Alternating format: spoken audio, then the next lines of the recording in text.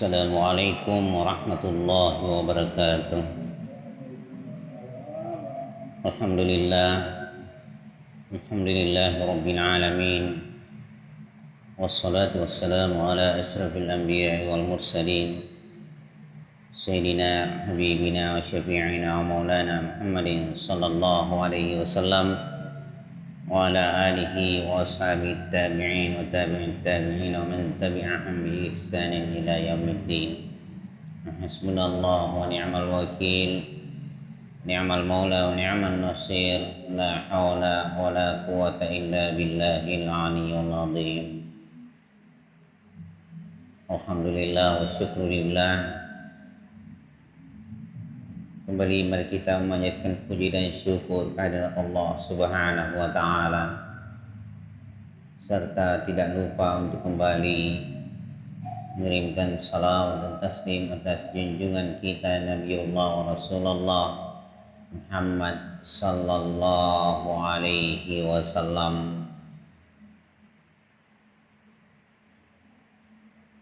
Kembali kita lanjutkan pengajian kita. Tentu masih terngiang di dalam ingatan kita apa yang menjadi bahasan pada pertemuan yang lalu.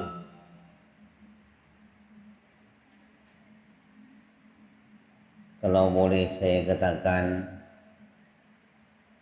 bahwa jika kita berbicara tentang kualitas manusia, maka tentunya kita akan berbicara tentang derajat ataupun martabat daripada manusia itu sendiri.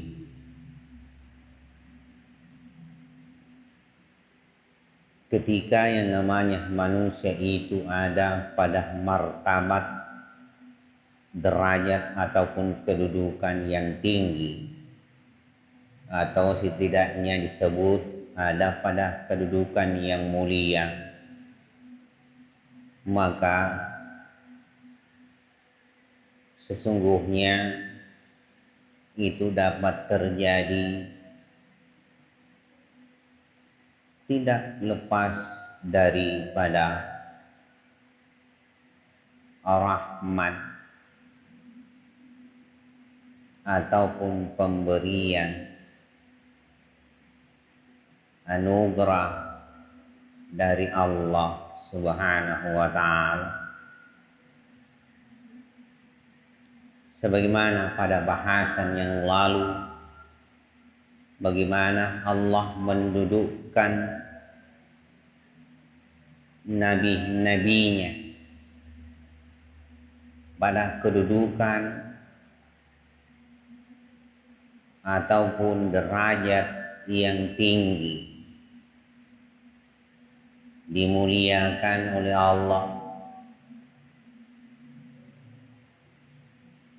Itu tidaklah terjadi begitu saja, melainkan karena memang Allah yang menempatkannya.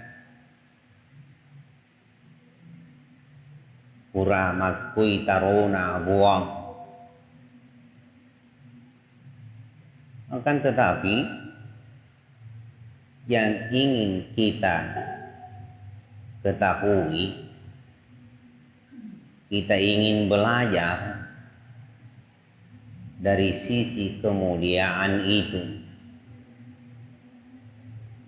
Apa yang membuat nabi-nabi Allah itu ataupun orang-orang yang dimuliakan oleh Allah itu ada pada derajat yang tinggi di sisi Allah? Tentu makedaki de naot di de napaita si puaseng isaba riyali naman nanro tau napakalagbi pong Allah Ta'ala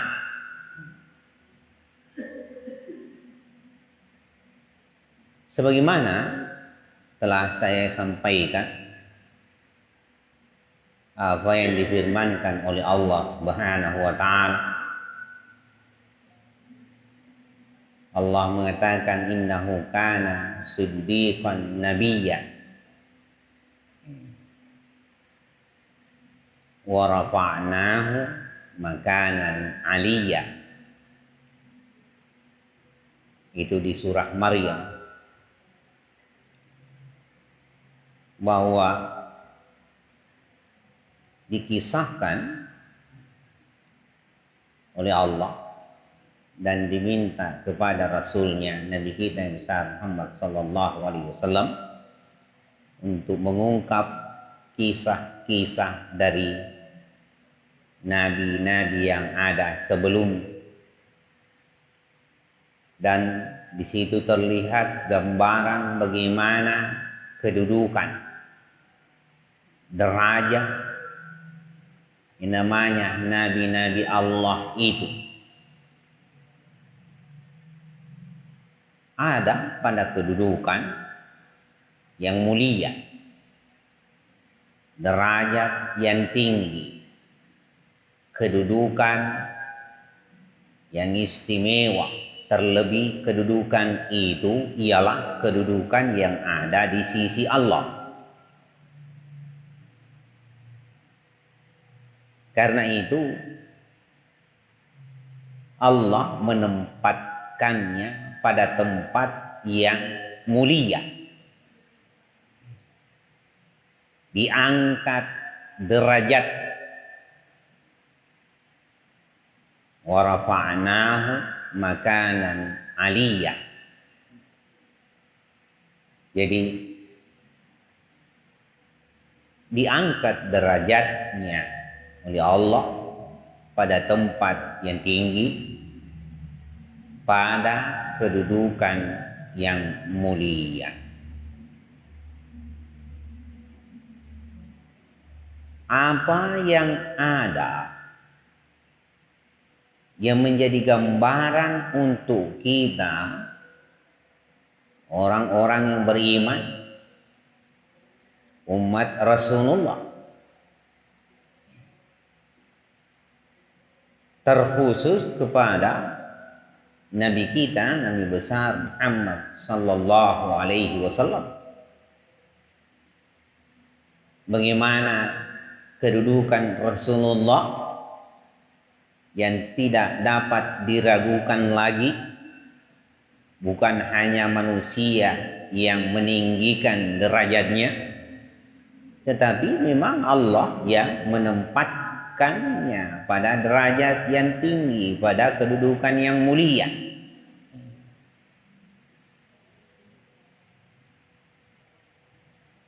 Beberapa ayat di dalam Al-Quran Allah memberi pujian khusus yang menunjukkan pada kedudukan mulia, derajat yang tinggi bagi Rasulullah Nabiullah Muhammad sallallahu alaihi wasallam. Semisal ketika Allah mengatakan wa innaka la'ala khuluqin 'azim. Sesungguhnya engkau, yang ditunjuk ialah Nabi kita Muhammad sallallahu alaihi wasallam, ada pada kedudukan ataupun kejadian ciptaan yang mulia. Jadi di sini jelas bagi kita bahwa kemuliaan bagi baginda Rasulullah memang pemberian dari Allah. Allah yang menempatkan, Allah yang mendudukkan, Allah yang meninggikan derajatnya.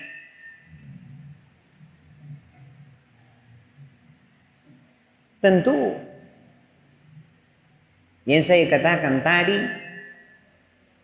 gambaran apa yang kita bisa dapatkan dalam kaitan dengan kemuliaan itu bagi nabi-nabi Allah, terkhusus kepada bagi nabi kita Nabi besar Muhammad sallallahu alaihi wasallam, bahwa kemuliaan yang ada tidak terlepas kepada eksistensi yang ada pada diri Rasulullah Muhammad sallallahu alaihi wasallam. Di antaranya bahwa Rasulullah memiliki bawaan. Kembali lagi kita pada bahasan tentang bawaan, karakter itu. Bawaan ataupun karakter apa yang dimiliki oleh Rasulullah, maka kita akan berbicara tentang akhlakul karimah, akhlak yang mulia, yang terpatri pada diri Rasulullah Muhammad sallallahu alaihi wasallam. Perangainya, tutur katanya, bahasanya, langkah demi langkah yang diperlihatkan ketika berjalan, yaitu pandangannya ada pada ujung kaki langkahnya.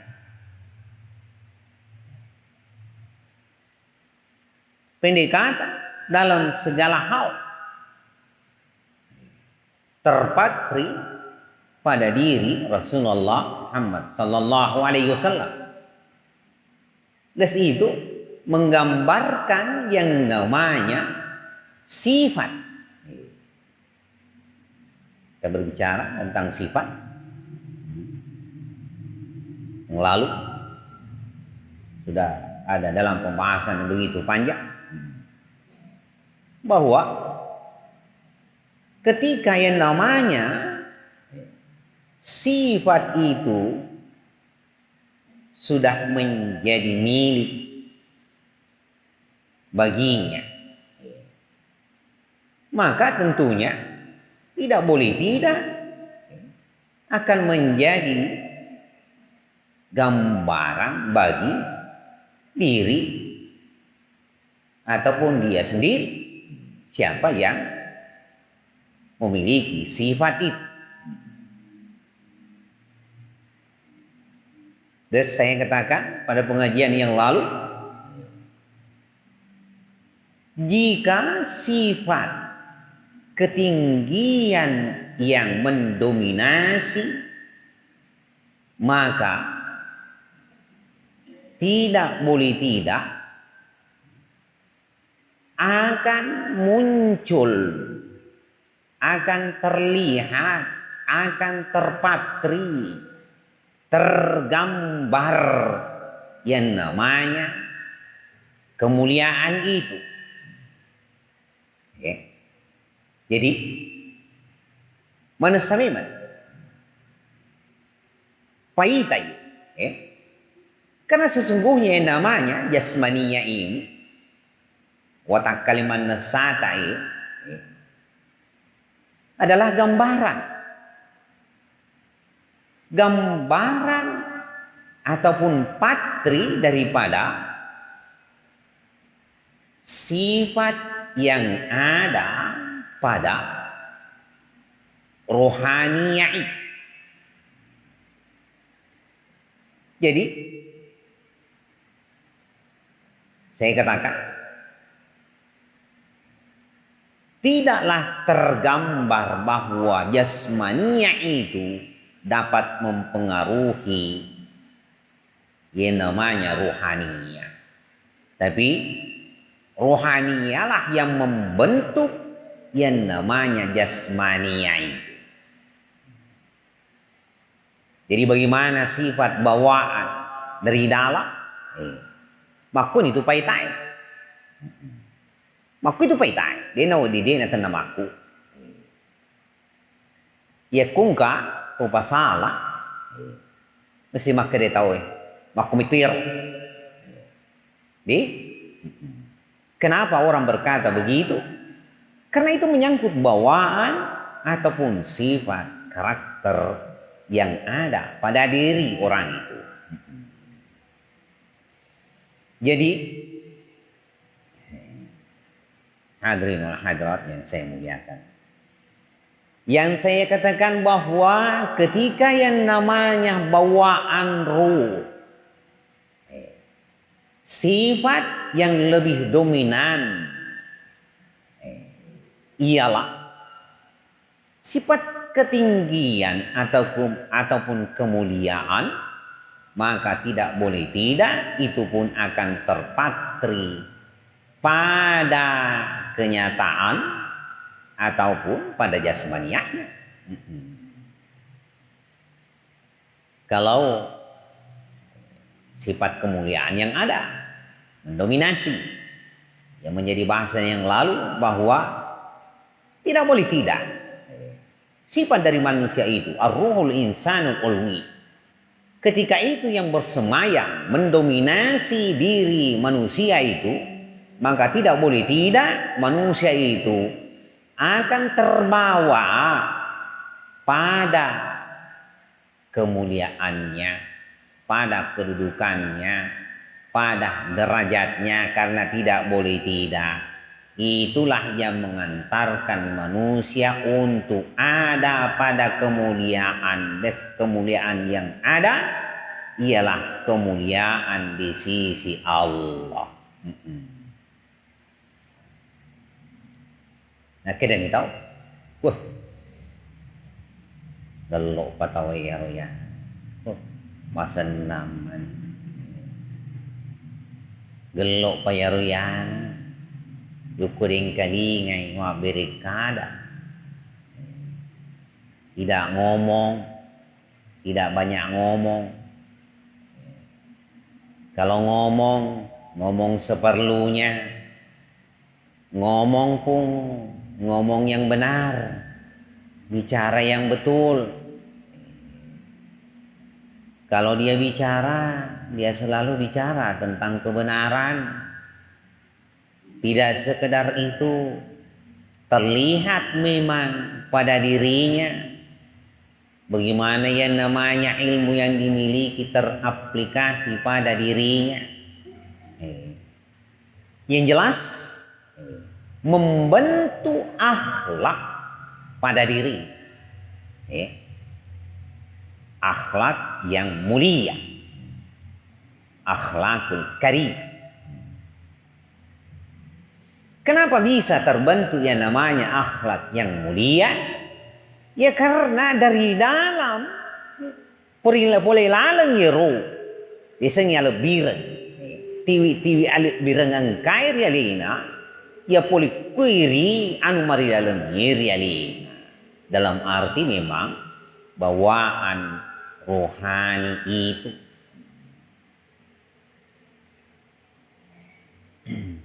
kita tidak berbicara tentang nasab di sini. Secara umum saya katakan, apakah siapapun bisa memperoleh kemuliaan ini? Siapapun, kalau dia mau menempatkan dirinya pada kemuliaan. Kecuali memang Allah tidak menghendakinya. Dalam arti memang Allah sudah menempatkannya pada posisi yang dihinakan. Sebab kalau Allah yang ingin menghinakan namanya manusia itu, ya pasti menjadi hina. Kalau Allah ingin menjatuhkan, pasti dia jatuh. Kalau Allah ingin merendahkannya, pasti dia terhempas. Betul yang namanya manusia itu sebaik-baik ciptaan. Laqad khalaqnal insana fi ahsani taqwim. Tapi sambungannya apa? Allah mengatakan tsumma radadnahu asfala safilin. Kemudian Allah menghempaskannya ke tempat yang paling rendah, asfala safilin. Jadi kita memahami bahwa ada kehendak dari Allah dalam hal ini. Berulang saya katakan, intervensi Allah terlihat di dalam ciptaannya. Bahwa ketika Allah ingin memuliakan hambanya, maka tentu diberikannya sifat, karakter yang mengantarkannya pada akhlak yang mulia. Artinya bentukan dari Allah. Pak beri nami metubuang, akelo nami metubuang, taruh nami metubuang. Jadi sia lebih nasi dia tahu memang pura taruh na buang. Buang ini metu kueloi. Allah yang menginginkan. Hadirin hadirat yang saya muliakan. Karena itu orang-orang yang dimuliakan ini tidak boleh tidak terpacu yang namanya ketakwaan pada dirinya. Terpacu segala hal yang mengantarkan dirinya untuk ada di sisi Allah. Untuk ada pada pendekatan diri kepada Allah. Untuk ada pada kedudukan di sisi Allah, kedudukan yang mulia. Untuk ada pada derajat yang tinggi di sisi Allah. Ya inilah yang dikatakan oleh Allah Subhanahu wa taala di dalam surah Al-Hujurat ayat 13. Ya. Surah Al-Hujurat ayat 13. Ya ayyuhan nas inna khalaqnakum min dzakarin wa untha wa ja'alnakum syu'uban wa qaba'ila lita'arafu. Inna akramakum indallahi atqakum. Innallaha alimun khabir. Allah mengatakan, ya ayyuhan nas, hai sekalian manusia, inna khalaqnakum min dzakarin wa untha. Sungguhnya aku menciptakan kamu dari laki dan perempuan. Wa ja'alnakum syu'uban wa qaba'ila lita'arafu. Dan Allah menciptakan dengan berbagai suku, berbangsa-bangsa. Untuk apa? Tujuannya ta'aruf, lita'arafu. Untuk saling kenal mengenal. Saling kenal mengenal artinya saling tahu. Ini namanya manusia, di antara manusia itu saling berhubungan, saling ada kontak, saling bersilaturahim, saling mengenal di antaranya. Bahwa dari kumpulan manusia yang ada itu, manusia mana yang tergambar pada diri manusia itu segi kemuliaannya ialah pada ketakwaannya. Inna akramakum indallahi atqakum. Sesungguhnya kemuliaan di antara kamu di sisi Allah Ketergantungannya ialah pada takwa kamu. Ketakwaan kita kepada Allah dalam arti bagaimana pendekatan diri kita kepada Allah, bagaimana kedudukan kita di sisi Allah, bagaimana tempat kita di sisi Allah.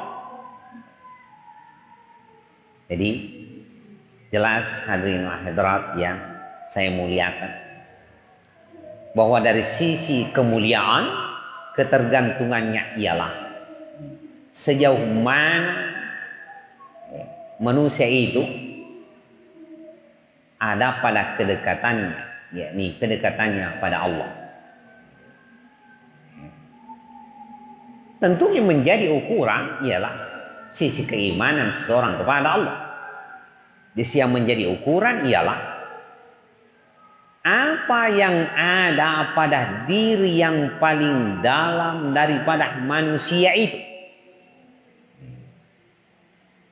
Kita berbicara tentang akhlak, berbicara tentang sifat, karakter, maka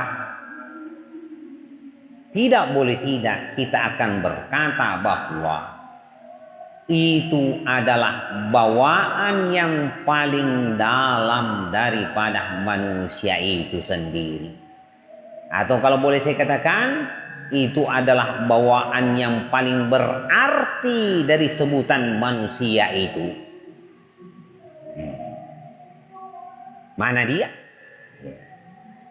Itulah dia, sang pembawa sifat. Itulah dia yang namanya ruh. Jadi menyangkut sifat, bawaan, karakter hingga terpatri yang namanya akhlak, itu tidak lain adalah gambaran bawaan yang namanya ruh itu.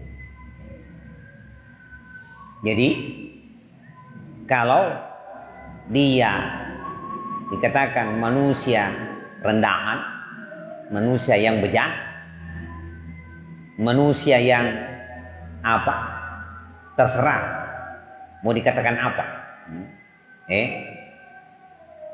kena tahu tawagar mangina kuro napa ita sebuah sengi sifat engkau nanti riali. Kenapa demikian? Karena yang mendominasi ialah ar-ruhul insanul basyariyah, sifat basyariana lebih tarompo riali, sehingga tidak terpatri, tidak tergambar padanya yang namanya sisi-sisi kemuliaan. Sebaliknya, ar-ruhul insanul ulwi, yang tergambar, yang terpatri ialah segi-segi kemuliaan pada manusia itu. Yang terlihat ialah akhlakul karim. Maka kita sudah bisa memahami bahwa ialah sosok yang dimuliakan oleh Allah Subhanahu wa taala. Kenapa? Karena tergambar pada dirinya yang namanya akhlakul karimah, tergambar pada dirinya yang namanya takwa yang begitu dalam kepada Allah. Terlihat bagaimana derajat keimanannya, tergambar pendek kata bagaimana dia adalah hamba Allah Subhanahu wa taala yang sesungguhnya. Jadi simpul kata, kalau kita berbicara tentang kemuliaan, yakni kemuliaan pada diri, realita ini. Nah sebab pada Tuhan perpeleturak nari kuat bicara sifat ini rupa tahu selalu kita ingin berada pada kedudukan yang tinggi, selalu ingin dimuliakan, selalu mau dihormati, dihargai oleh siapapun, kan seperti itu. sekecil-kecil apapun, serendah apapun pekerjaan ataupun profesi kita, bahkan dikatakan segi penghasilan kita, tidaklah kita bisa mendapatkan penghargaan dan kehormatan dari semua itu, melainkan memang dari diri kita. Mereka tahu, mereka duit, sogi, tapi terempas. Matuna, magina matuna, nasabah. Ya, makun itu tuh malam mingke ada. Natanya memang orang parang. Pakalagi tau. Ada banyak yang tinggi pangkatnya, tetapi dia jatuh. Banyak. Sebutlah yang namanya koruptor. Ada banyak orang bahkan yang memiliki ilmu yang tinggi, tetapi ilmunya tidak bisa mengantarkannya untuk dekat kepada Allah. Makuniro malebih kayak hadir. Nemu pakedang makedaki tanya itu waga. Yeko pak kita lino tiga ada kasih. Tidak ada yang bisa diambil ukuran. Tapi kenapa bisa dimuliakan, dihargai, dihormati oleh banyak orang? Ya itulah dia, karena bawaan yang ada pada dirinya. Saya ingin bercerita sedikit. Ada jamaah haji yang pernah ikut bersama dengan saya melaksanakan ibadah haji. Namanya Haji Alimin, sudah almarhum. 3 bulan sepulang dari haji dia meninggal dunia. Dan Masya Allah, saya sempat mengambil umrah bersama-sama. Dia yang saya tahu untuk semua jamaah yang pernah saya bimbing memecahkan rekor, karena dalam 1 hari dia biasa mengambil umrah sunat sampai 2-3 kali. Dinalisu ke hotel ini, Masya Allah. Yang penting selesai umrahnya lo kasih malaco, padahal mau ponco paling umruk nak kasih. Di sela-sela waktu di hotel dia bercerita kepada saya. Cerita apa? Dalam kaitan dengan yang kita bicarakan. Dia bercerita kepada saya bahwa ada orang yang paling saya hargai. Siapa itu? Katanya bukan siapa-siapa. Dia cerita karena dia tinggal di Cambayan, Jalan Sabutung. Saya kurang tahu apa Nurul Mukminin atau apa nama masjidnya itu.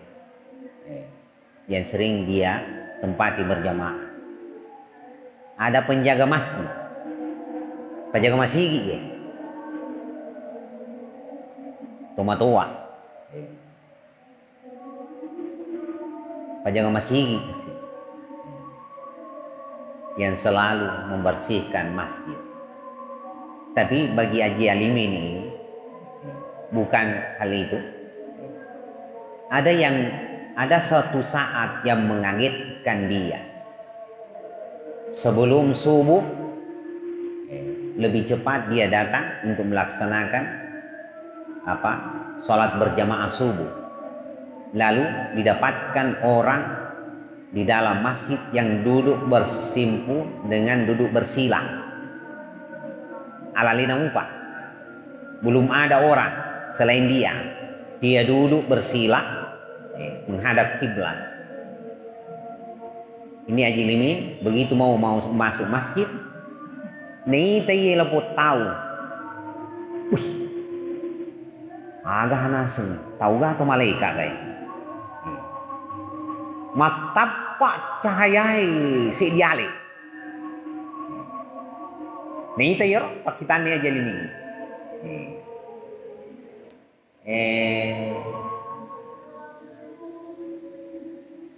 Masya Allah. akhirnya itu yang membuatnya menjadi kagum. Nah, tania atau sembarangan, tania atau sembarangan. Ternyata orang itu memang orang yang dimuliakan oleh Allah. Tania mama kedaga kasih penjaga masigi, tetapi dihargai oleh banyak orang.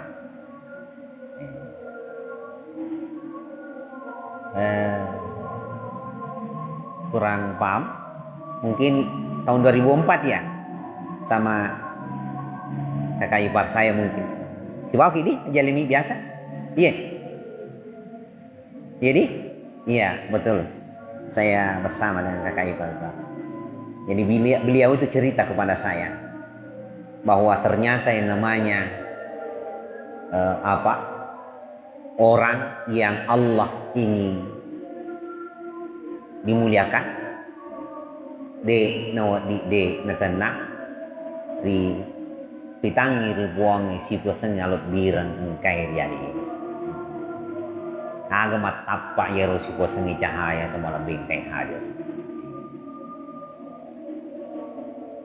Jadi Haji Alimin itu bercerita kepada saya setelah dia menyaksikan itu, dia sangat menghormati, menghargai orang itu, orang tua itu, karena dia tidak pernah melihat sebelumnya orang seperti dia. Inilah yang saya katakan, bahwa ketika kita berbicara tentang kemuliaan, maka kembalilah pada diri. Tiga realita ini, mana pada diri ini yang bisa mengantarkan kita pada kemuliaan, mana pada diri ini yang bisa mengantarkan kita pada kedudukan yang tinggi, mana pada diri kita ini yang bisa mendudukkan kita pada posisi yang dekat di sisi Allah Subhanahu wa Ta'ala. Yang saya katakan, yaitu ia nanti rupa lalengnya buah, ini tuh putih, saya ngalap bir. Ini namanya jasmani ini dia betuan. Ya kude igaga yero, kayak mat di bola di dalam ngaleta, digaga betuan ini. Cobalah lihat orang yang sudah lepas rohnya, tuh dia anak kinyawa, aga, namu anak nanti tuh malai,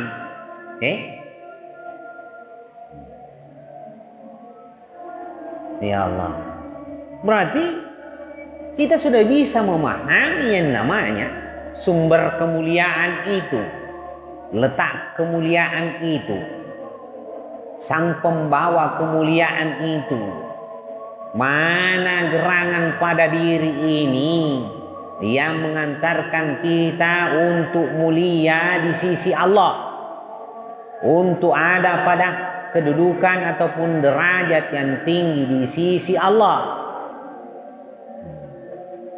Saya kira Al-Bim Mahtra sudah memahami bahwa itulah yang namanya rohani pada diri kita. Maka saya katakan, setidaknya kalau sebelumnya barangkali kita banyak bermain dengan syariat, pas syariat kiasannya, maka setidaknya setelah kita memahami ilmu ini, mari kita banyak menyelami yang namanya ilmu tarekat ataupun ilmu hakikat. Karena hanya dengan ilmu tarekat, dengan ilmu hakikat yang bisa menyentuh yang namanya hakikat pada diri kita. Ya kutania ya, didulek. Tidulik kaisi sama lebih kayak ada nole malu mau bicara mana pasalan agama ini kia tinggi setongan namun sama lebih kayak ada. Taruhlah saya katakan, kita mampu untuk melaksanakan yang namanya ibadah sholat, Soku sempurna, sempurna wajibnya, bahkan kita berjamaah, sempurna bahkan sunat-sunatnya, bahkan sunat-sunat yang lainnya kita laksanakan. Yang jelas dari segi kuantitas tidak diragukan lagi, karena kita memang benar-benar melaksanakan semuanya. Tapi apalah artinya? Apalah artinya? Karena ini dikatakan sholat itu ialah sembah sujud kepada Allah. Apalah artinya kalau kita tidak mengerti, tidak tahu yang namanya sembah kepada Allah itu? Apalah artinya kalau kita katakan diri kita menyembah kepada Allah, tapi ternyata yang kita sembah bukan Allah? Ipakia sengi mialeta sompai puangi, rigaungkan anak tania puangi risompah. Makun itu melebih kayak hadir. Jangan-jangan kita ingin menempati yang namanya kedudukan yang mulia di sisi Allah dengan aplikasi, praktisi di dalam agama, tapi ternyata dia nak angkat kipuang. Pai tarilino memang, pai tarilino si po sengigau, nasaksikat to megay, sahabat, keluarga, tetangga, apa yang ada di wilayah kita tahu persis bagaimana, tapi kenyataannya nanti kita tidak dianggap oleh Allah. Apalah artinya semua? Makanya saya bilang, saya katakan bahwa mari kita banyak belajar tentang yang namanya hakikat, tarekat hakikat, khususnya yang namanya mana sesungguhnya pada diri ini yang harus bertarekat, mana pada diri ini yang seharusnya mengerti akan hakikat itu. Saya kira itulah yang lebih penting, agar kiranya apa yang menjadi persembahan bagi kita kepada Allah memang benar-benar dapat ternilai, dinilai oleh sang penilai. Siapa yang ingin menilai tentu di gagamelo mangke isinin napak kasiyata sangadin alena buang Allah Ta'ala. Sejauh mana kita memiliki keyakinan akan itu tentu tergantung daripada ilmu yang ada pada diri kita.